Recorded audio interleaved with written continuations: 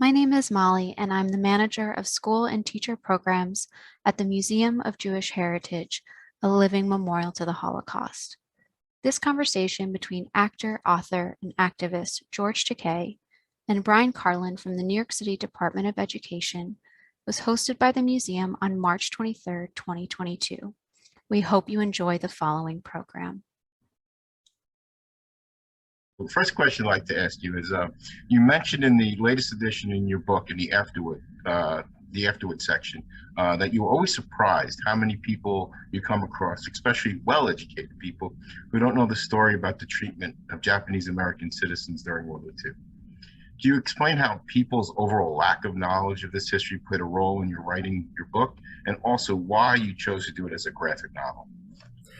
Well, I've always believed, and maybe that's because it's about Japanese Americans, that it's an important chapter of American history because it really is about our government and how it responded to a terrorizing event. And so, like Pearl Harbor, I've always felt that more Americans should know this story. So back in the 1990s, in 1994, as a matter of fact, I published an autobiography. No pictures, well, the photos in the center, but of the book, but it was a text book using my Star Trek notoriety. The cover had a picture of me in the Starfleet uniform looking to the stars, and the book was titled To the Stars. But the first third was about my childhood imprisonment. And so I was hoping that this might contribute something to the popular knowledge of that chapter of American history. There have been many academic books written about the internment of Japanese Americans, but I constantly come across people that I consider well-read people who, when I share my childhood imprisonment by the United States government, they are aghast, and that surprises me.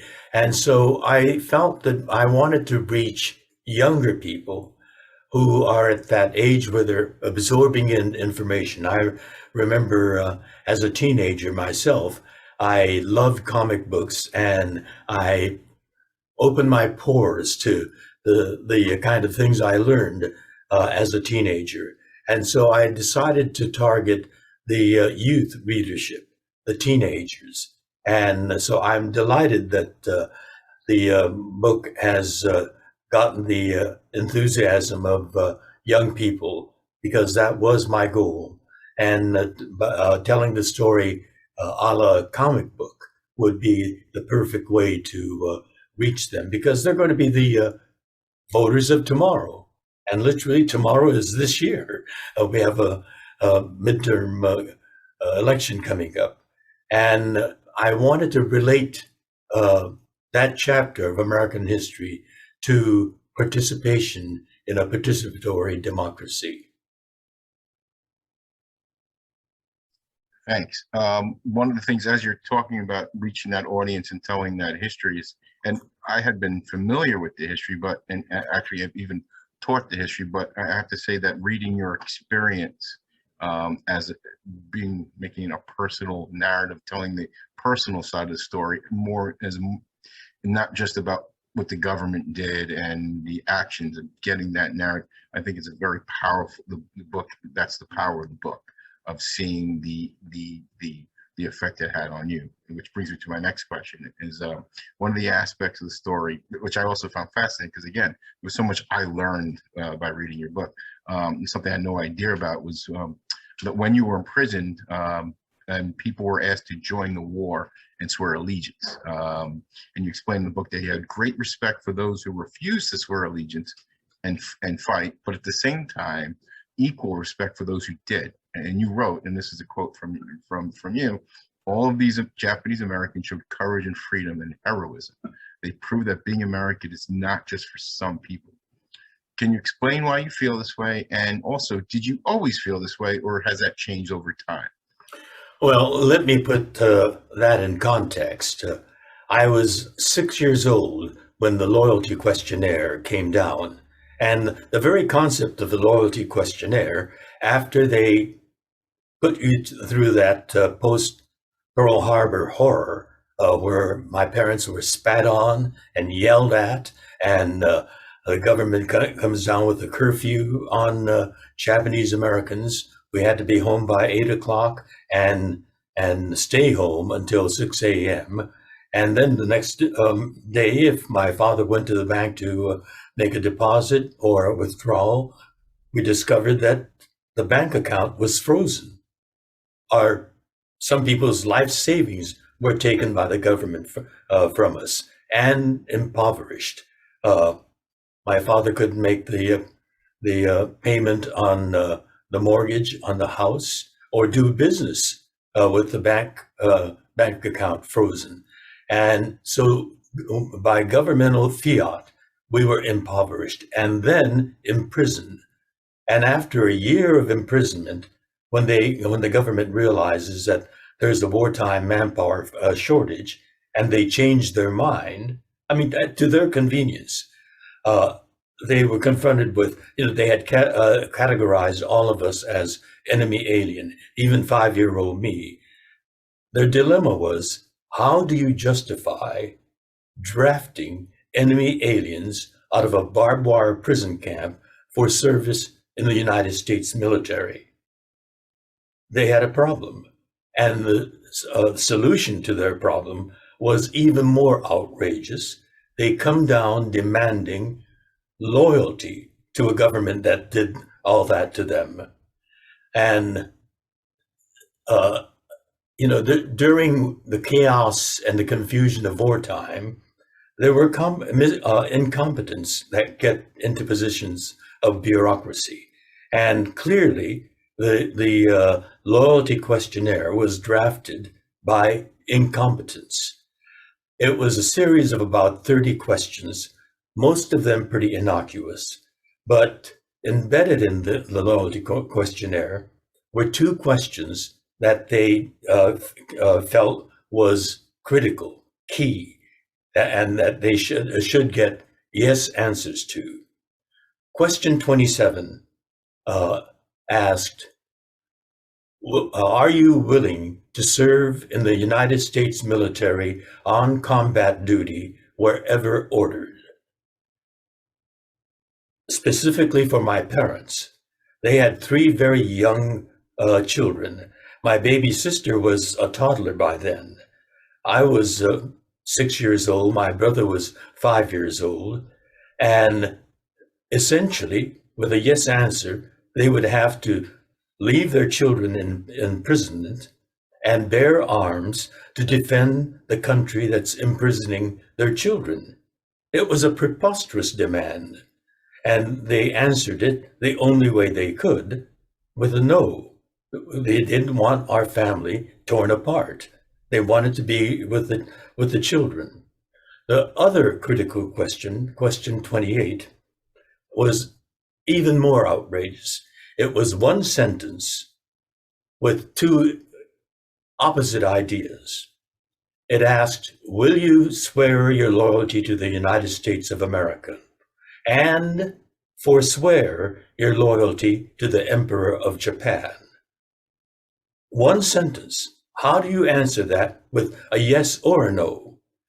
If you, most Japanese Americans had no loyalty to the emperor. We're Americans.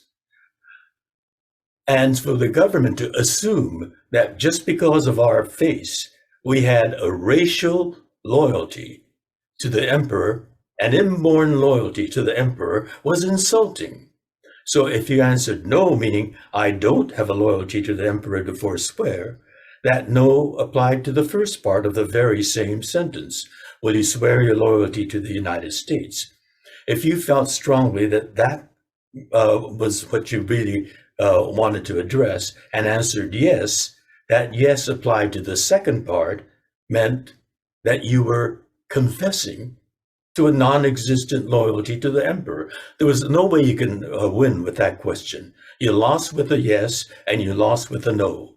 It was an incompetently put together sentence and illiterate. He should have put a period right after one thought and a period after the other. So how do you answer that? My parents said, it's preposterous. We're going to lose both ways, yes or no. So we're going to answer truthfully and on principle. And they answered no. And for those two no answers, again, compounding the whole thing, they were recategorized from enemy alien to disloyal. How can you be disloyal to being an enemy alien? But that's what we were characterized as. There were 10 prison camps altogether. The one in Northern California, we were by that time in the swamps of Arkansas, a camp called Roar.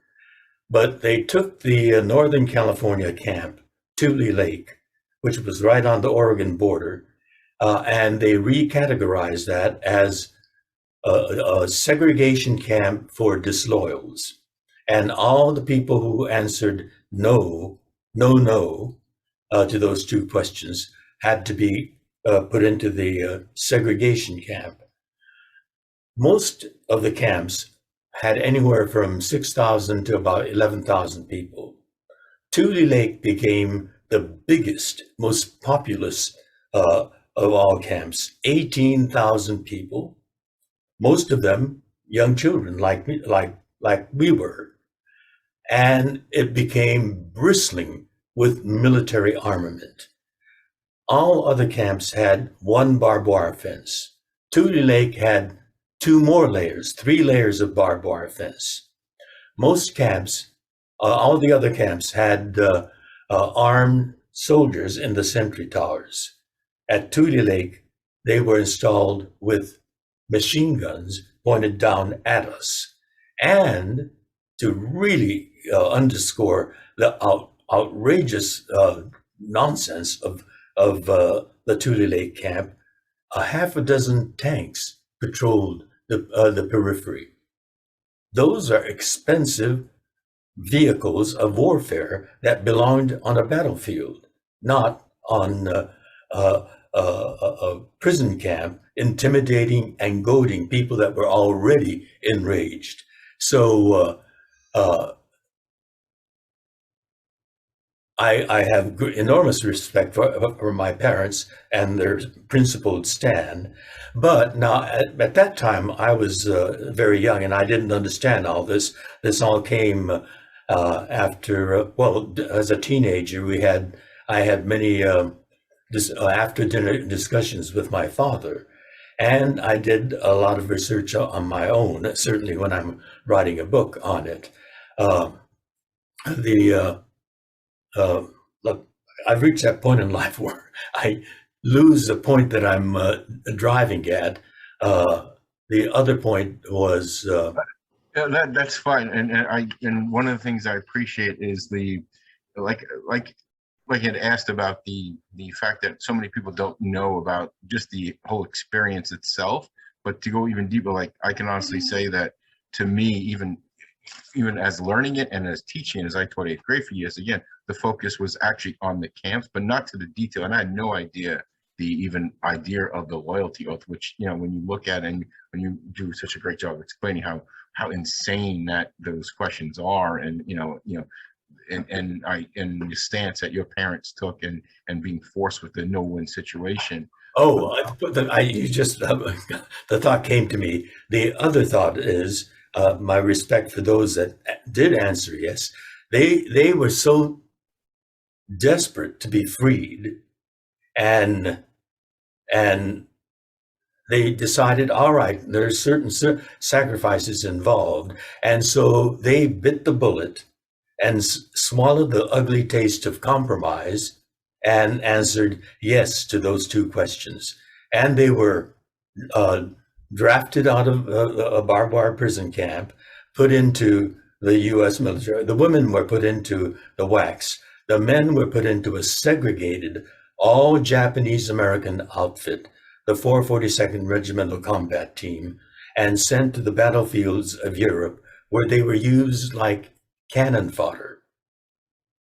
They were sent into the most dangerous battles, battles that were stalemated for months on end, and they went. They were put into the battlefields in waves, wave after wave after wave, and they, each wave would be gunned down, and the next wave would come, and they fought with incredible, intense determination, fierce determination. And the 442nd sustained the highest combat casualty rate of any other unit in the Second World War. And when the war ended, they returned to the United States as the single most decorated outfit of the entire war. And they were welcomed back on the White House lawn by President Harry Truman, who said to them, "You fought not only the enemy, but prejudice, and you won." And so I owe all Japanese Americans owe a great deal of what happened post-war to the incredible heroism of the 442nd, the Japanese Americans who fought with such incredible courage, enormous sacrifice. So sacrifices were made by both in the interest of their dignity and their safety, as well as those that went and fought and died for the future of the Japanese American community. Well, thank you. And I think, and one of the things that struck me is because that's such the way you phrase, the way you have such respect for those two very different choices, but an equal amount of respect. And thank you for sharing that. And also going back to the things you talked about, again, one of the things we talk about the incarceration camps and what happened and how terrible it is. But for me, a lot of what is often ignored is that, as you described it, the post-Pearl Harbor discrimination leading up to even before the camps. It's stuff that's quite often the focus, is on the camps, but all that other stuff is just completely just, glossed over, like if taught at all. So I'm glad you were able to share that with us. So thank you. And well, that's happening now in the COVID environment. We had a president who constantly referred to the coronavirus as the China flu or the Kung flu or Wuhan flu. And so, he said there's that sweeping assumption that all Asians are potential, in our case, potential spies or saboteurs. And in the current case, Asians are bearers of disease. It's that sweeping racist presumption. And when Trump signed that executive order, the Muslim travel ban, there's that was the same mentality, that sweeping presumption that Muslims are potential terrorists. And so we got to keep them out of this country. But that's untrue. Muslims in this country before 9/11 were subjected to all sorts of outrages just because they were Muslims. That mentality of assuming that they're all alike because we look so dramatically different from the rest of America. But the thing is, the problem is in this sweeping racist assumption that we're all alike. Yeah, I think that I'm not using right now. Okay. I thank you for sharing that too, and also you make those connections in the book as well. If we look in our host, the Museum of Jewish Heritage, we do tremendous amount of work on trying to fight racism, discrimination in all its forms. And unfortunately, you can echo through history and see where it raises its head, and immigration reform, however it gets phrased and how it gets coined. And it is unfortunate that we continue to deal with this in and it might be new targets, it might be new people, but someone's discrimination is constantly something we try to attack it head on at the Department of Education. We try to make these things teaching moments for us that we can break down hate by breaking down ignorance, because we know that's the way to get through to people, and which makes me think about so one of the things that you point out in your book that I think one of the challenges is you point out many people don't know about the imprisonment of Japanese Americans, or if they do, the understanding, as I mentioned, is limited. Quite often, it's taught as like a side note at the end of the war, or in a chapter in a textbook, like it's a little blurb with like as an afterthought. So not a lot of attention paid to it. And at the same time,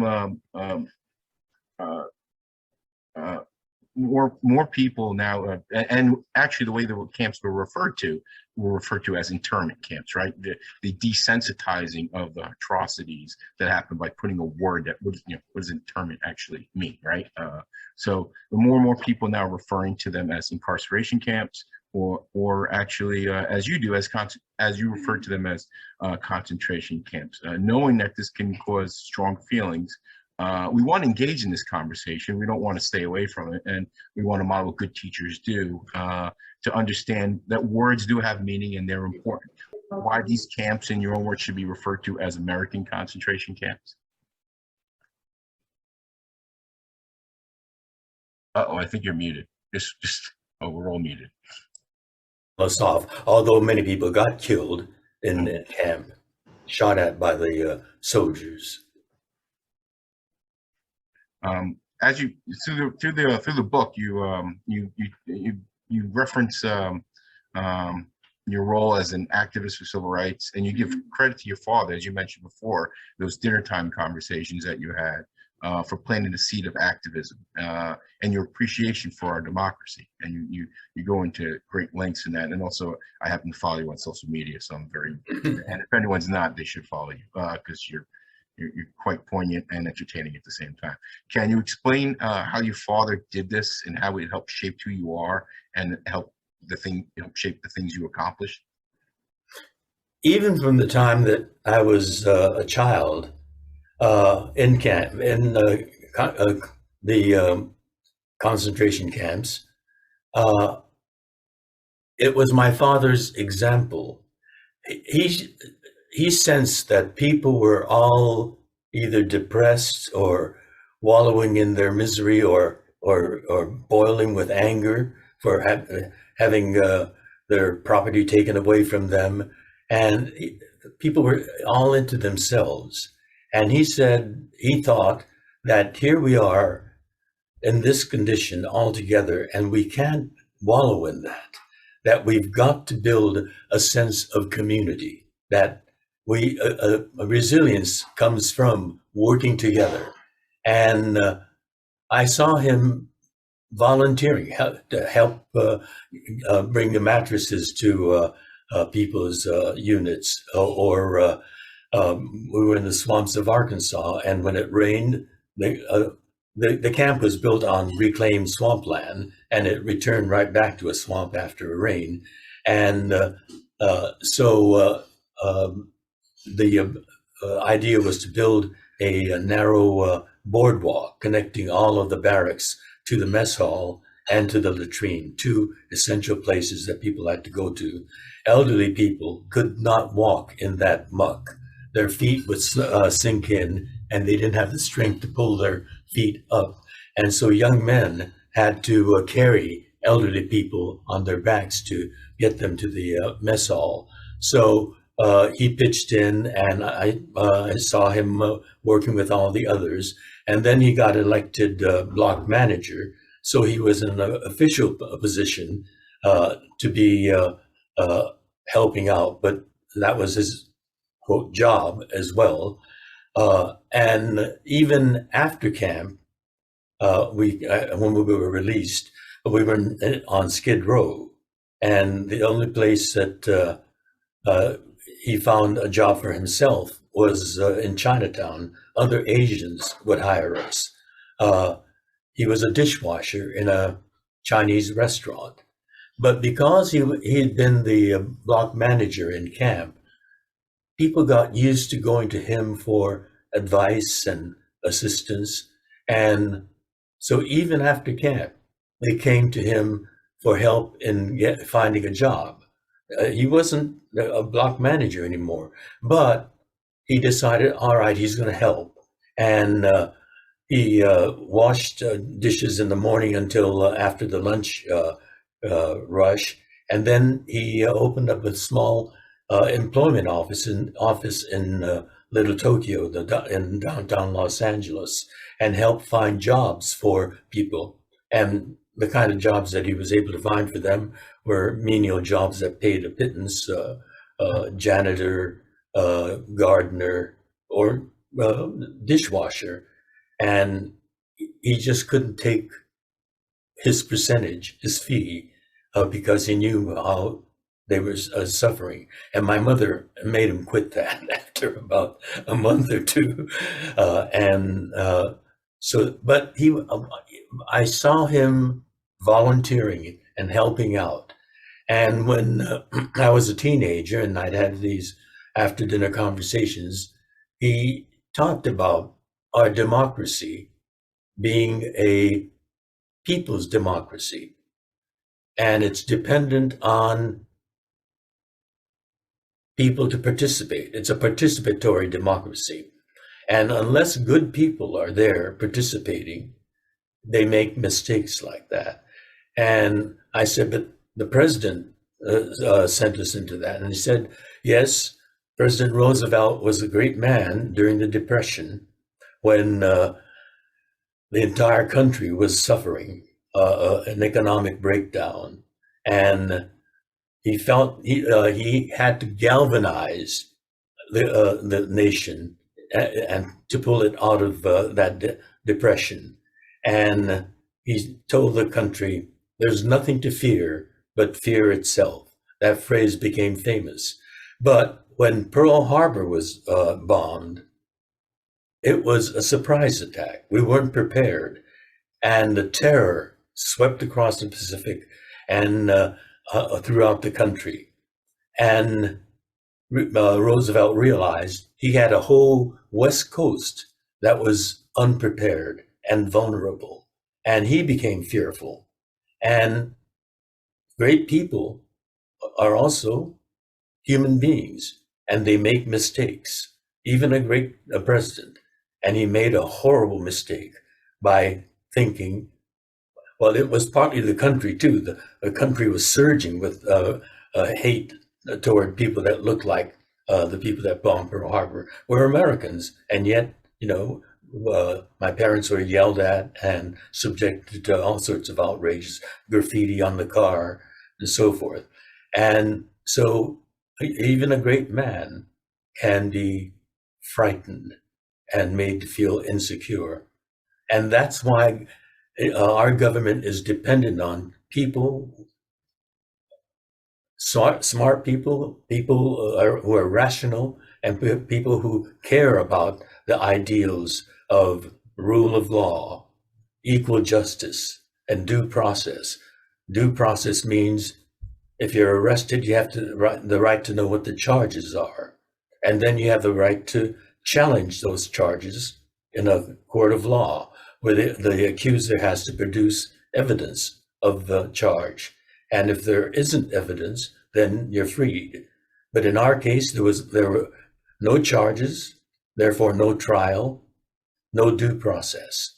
And so we have to actively participate. And so my father urged both my brother and me to be active in student government. I became a student body president in middle school, and in high school, I was senior board president. I remember my father taking me to the Adlai Stevenson for President campaign headquarters, and we volunteered for Adlai Stevenson, and on my own, without my father taking me, I volunteered in U.S. senatorial campaigns, George Brown for U.S. Senate, the governor's race, the U.S. Or Los Angeles mayor's race.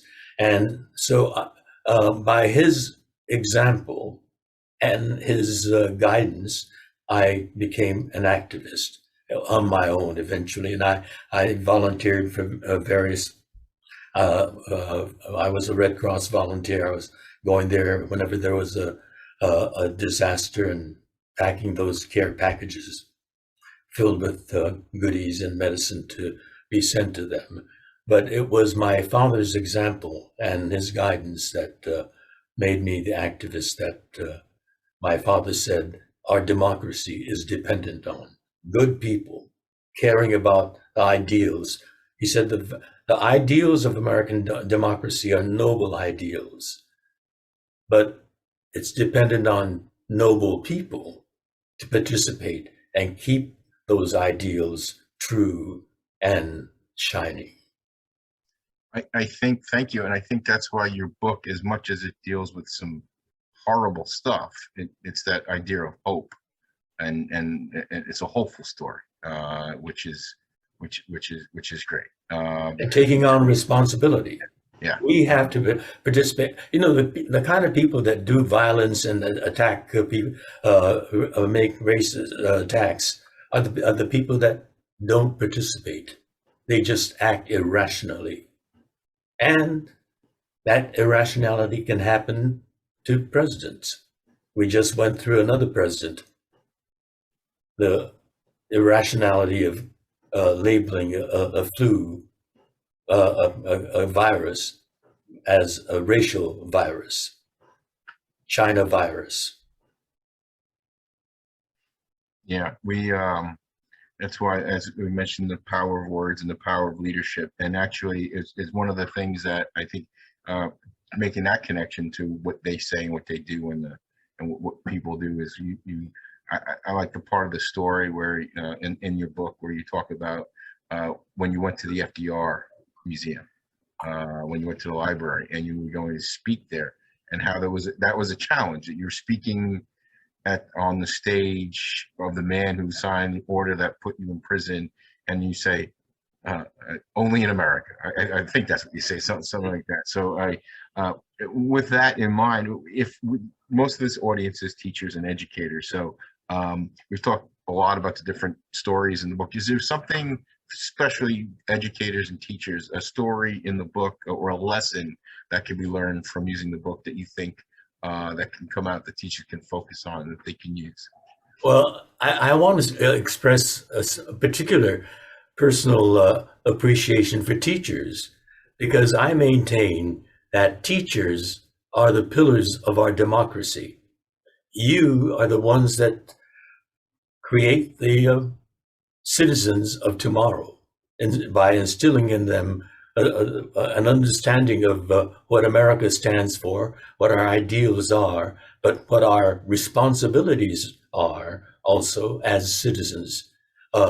Without good teachers, our democracy is in danger. And so I'm really, truly indebted to people like you and all your colleagues who take on not just the story that affected our family, but all of the other things that are happening. My father also told me to be active in other social justice causes. And so I was active in the civil rights movement in the 50s and 60s. I met Dr. King, Dr. Martin Luther King Jr., shook his hand and thanked him. And I did a civil rights musical called Fly Blackbird. And we were invited to sing at almost every civil rights rally in Los Angeles County. And that's where I met Dr. King. During the Vietnam War, I was involved in the peace movement. So we are the people that have to make America true to its ideals, because it's dependent on us and teachers who inculcate in the young people a sense of that responsibility. They are our future. Well, we appreciate the acknowledgement and the appreciate for teaching, and we take that responsibility seriously. And I'm going to turn things over to Joe, who's going to ask you some questions that have come up in the chat. We have time for a couple, so I'm gonna mute myself. But I'm going to say now also, this has been great, and hopefully in the fall, when maybe things go back to a little bit normal and you're in the New York area, we can get you here in person. Maybe that's something we can do. So, as a matter of fact, I'm going to be in New York in 2 weeks, and but very briefly. Well, I'm around, so you know. I'd love to come to visit your school. Mr. Takei, I just want to start by thanking you. This was really just a wonderful talk, and also thanking you for letting us use your book in the 11th grade U.S. history curriculum. And again, want to reiterate that for the teachers who are here in the New York City DOE, there are hundreds of copies digitally available through Sora, and I'll drop the app in so that your classes can use this book tomorrow if you would like in your classes. I got lots of really wonderful questions, and I'm going to kind of put a couple of questions together that I got in the chat throughout your talk. And then I'm going to read a couple of questions as they came in, because they were just really powerful, and I want to make sure that I capture. I will say there were several questions that came in specifically asking about kind of day-to-day. I'm not going to ask that question because that is so much of what your book provides, in addition to making these connections to larger aspects of what was going on during Japanese American incarceration. But I'm going to start by asking about your influences. Which comics or graphic texts influenced or informed your writing of They Called Us Enemy? But Superman, he's a standard.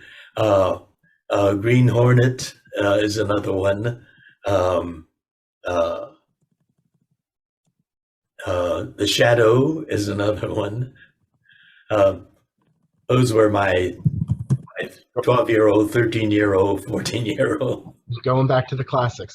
There are lots of, as you know, other books, kind of traditional texts on Japanese incarceration. Are there any particular books that you would recommend teachers use either the whole of or excerpts from to pair with your book? There is an encyclopedic book. It's a magnificent achievement. I think it was published in the 80s, written by Michi Weglin, W-E-G-L-Y-N. It is, I consider that the encyclopedia on the internment of Japanese Americans. It is epic, and she covers, and interestingly, she is a woman of the theater too. She was a designer for Broadway theater, and in her side passion, because in the theater we have a lot of between engagement times. She put her time to incredible use. So her husband, I think, was a teacher as well, and they did incredible research in Washington, D.C., as well as in New York, and came up with this tome. There is another one that's very recent, came out last year, I think. It's called, the author is Susan Kamei, K-A-M-E-I, and she's a professor at USC. And this is encyclopedic, but it's mostly quotes from various people on the internment experience. And the title is a quote from a child. It's a child that asks her mother, "Mama, when can we go back to America?" Very touching, poignant title. When can we go back to America? Maybe picking up on that, given the recent controversies and frankly, the banning of certain books, including the book Mouse. Are you concerned about potentially people kind of targeting "They Called Us Enemy," or what are your thoughts on what's happening currently with books and really trying to kind of remove certain books from libraries and classrooms? In a democracy, we have what's called freedom of speech. It's vital to a democracy. Just going by the headlines today, we see the contrast. In Russia today, there is no freedom of speech. In fact, the people don't know what to think, and they're guided by a very biased government to see it their way. It's a dangerous thing, and it's against the fundamental ideals of democracy to ban books. In fact, that's how Nazism came to power. So this is a very specific question. I'm going to read it as it came in. Mr. Takei, thank you for your time and devotion. In light of heightened anti-Asian violence, your book is such an important American history regarding anti-Asian sentiment. How do you see using your book as a launch pad for student activism or making connections to the present state of affairs? I would just add to that, how might you recommend to a group of teachers that we use your book as a place to start student activism and civic engagement? Well, the book is about participation in the society that we live in, and to actively bring vivid life to the ideals of our democracy. I mean, participatory democracy. We have to be involved, and that's another word for activism. We might have time for two more. And I apologize, I am not a Trekkie, but the person who wrote this question is, and so I'm going to try and... That won't diminish you in my mind. You're a teacher, and we love teachers. They're vital to our society. Thank you for overlooking that flaw. Because Star Trek really is a teacher as well. Gene Roddenberry, the creator of Star Trek, felt that, this is back in the 60s when the Star Trek first came on, he thought television was being wasted. The 1960s was a turbulent time in American society. As we said, the civil rights movement was going on. The Vietnam War was splitting this country. Those who were gung-ho for the war, and others that wanted peace in Vietnam. And as a matter of fact, young people were being shot at on college campuses during the Vietnam War. So there was all that kind of turbulence, and none of that was being reflected on television. It was all game shows, comedy, brainless comedies, cowboys or police shows. And he wanted to use television to somehow reflect the turbulence of our times. And he came up with the idea of telling a story placed in the future, 300 years in the future, and by science fiction, speaking in metaphors. And the Starship Enterprise was a metaphor for Starship Earth. And the strength of this starship was in its diversity, coming together and working in concert as a team. And so you saw on the bridge of the Enterprise, visually, that diversity, someone from Asia, someone from Africa, a woman, as a matter of fact. But the actress who played Uhura was not only of African ancestry, but she had French ancestry, white, and Cherokee. So she was the most American one of us all. You also heard the diversity in the Russian accent of Chekhov, or the Scottish accent of Scotty the Engineer. And you saw it vividly in Spock, pointy-eared, half alien, half humanoid. So infinite diversity and infinite combinations. And so that was the basic core concept of Star Trek.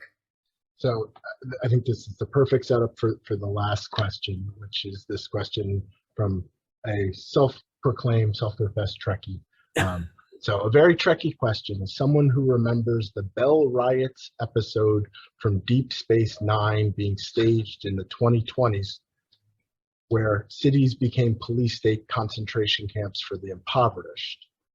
As you are looking around our current 2020s in not speculative fiction, but in the present day, are there any situations that we should be aware of, that we should be kind of teaching around developing student activism so that we can avoid a future where something horrible like what you depicted in your book or that are depicted in this Deep Space Nine episode, that we can avoid that circumstance? Anything that we should be thinking about as we kind of take what you're teaching us today and bring it into our classroom to teach others? It's visible in so many ways. There are refugees fleeing the horrors of hell on earth, literally, from Ukraine. We're still going through the anti-Asian hate that's going on here. I mean, we are living today in a science fiction kind of world. We are seeing people that get hysterical and come to public forums and display their hysteria on something that's not happening at all. The critical race theory, that's not being taught in school, and yet they're shrieking and they're emotional and they grit their teeth and shake their fists. I mean, it's madness that's going on. We are living in a society that is rich fodder for Star Trek to put into a science fiction metaphor. Thank you. I think, while it's unfortunately a little bit scary, an important kind of thing for us to take away and think about as we leave here today. Mr. Takei, again, thank you so very much for your time.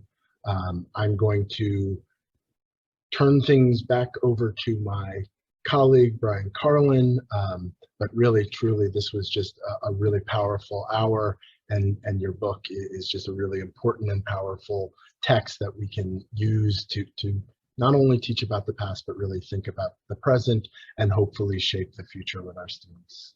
Thank you very much.